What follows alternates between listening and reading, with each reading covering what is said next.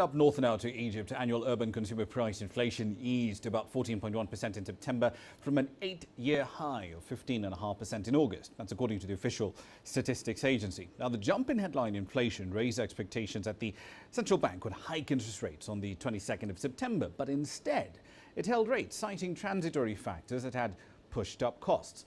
September's fall is the first in the urban measure since March this year. Egypt's President Abdel Fattah el-Sisi is under increasing pressure to revive an economy that's been in essentially recovery mode since 2011 and to curb inflation in order to avoid a politically damaging public backlash.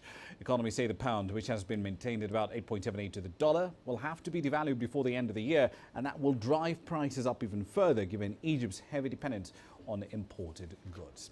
Let's head over live to Cairo now to talk about these matters and plenty more with Yasser Hakim. He joins me now from Cairo. Yasser, let's start with the deal with the fund, with the IMF. It's called for some serious currency reform in Egypt, and that's yet to happen. But beyond that, we've seen some tax reform like the impending introduction of value-added tax, a reduction in subsidy spending as well.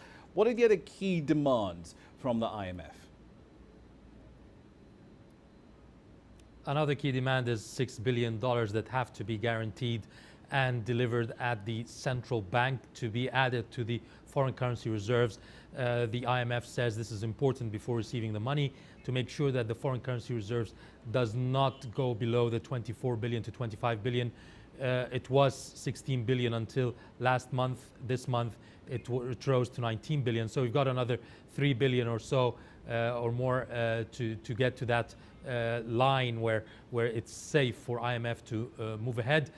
China has come into the equation, and Egypt and the IMF are working now some kind of deal with China to help get that 3 billion difference, in addition to the World Bank and the United Arab Emirates and Saudi Arabia, as well as the bonds, the dollar bonds by the government, $3 billion bonds. So either of those will help fix this missing $3 or $4 billion that are needed before the loan goes through. Indeed, the Emiratis and the Saudis have, between them, pledged about $4.5 or so billion to plug that gap. But given all the issues that the Saudis are having to deal with now, they've cut spending, they've stopped paying out bonuses, they're borrowing for the first time in a couple of years. Are they likely to deliver on that pledge? Well, they've said they will continue to deliver. They are not going to stand down on that. Remember, this is also a political game. Egypt and Saudi Arabia, they both need each other politically. Egypt is needed to be a strong nation militarily and economically to help coordinate with the Saudis and the Gulf nations to face the challenges in the region, whether economic or terrorist challenges. So at this point, they said they will continue their promises of more aid to Egypt. Speaking of the currency, devaluation has been on the cards. It's been pushed back several times. Is this actually going to happen? And does the central bank have any express preference for either a gradual devaluation as opposed to just doing what Nigeria did and just floating the currency? Now, the central bank has been very tightly lipped about this. We don't have any words from the central bank, but we understand that they want a gradual reduction of the Egyptian pound. They're not for the devaluation, and they're learning from what happened in Nigeria.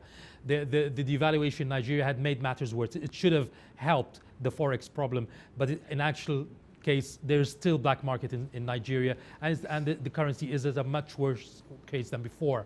Egypt wants to avoid this. They're probably going to sit and think we can only do a devaluation if there's enough in the central bank to cover the drop in the pound. There's revenue from the tourism when it's revived a little bit, and there's remittance and the and the Gulf money.